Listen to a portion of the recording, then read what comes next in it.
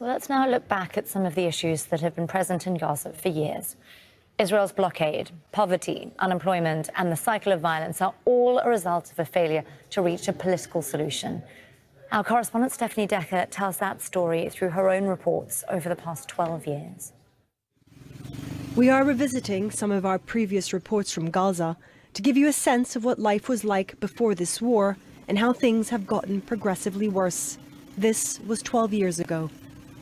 This is the Erez crossing. It's controlled by Israel and is one of 2 civilian access points in and out of Gaza. But the reality is that these gates keep most Gazans locked inside. For many, it's impossible to get out. Young people have no jobs, no hopes for movement because the siege Israel has imposed on Gaza does not allow people to move freely.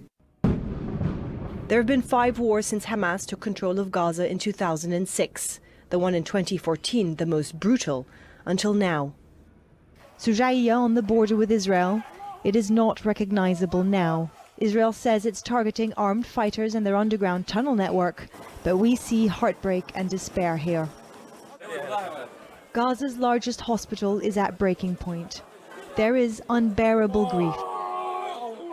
This is a genocide, this is a massacre, and I hope that someone is being held accountable for it. The Israeli impunity has gone so far now that they think they can do whatever, with whoever. Fast forward 4 years. These young men, part of a generation who grew up under the blockade. There are no jobs, no opportunities. They are stuck here. We get power from our peaceful protest. They get their power from rifles and bullets and cause amputations.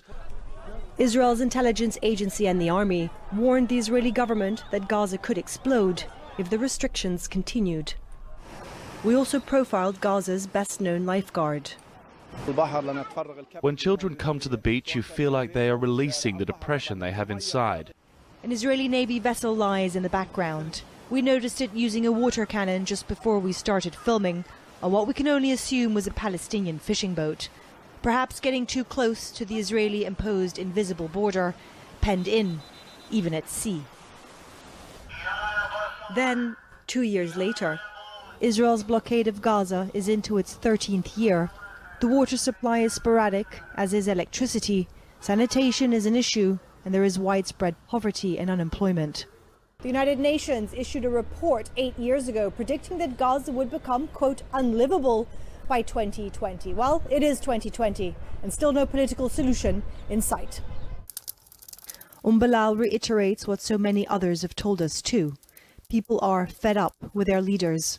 I blame the officials who are sitting on their chairs and don't care about us. Even Hamas doesn't care about us.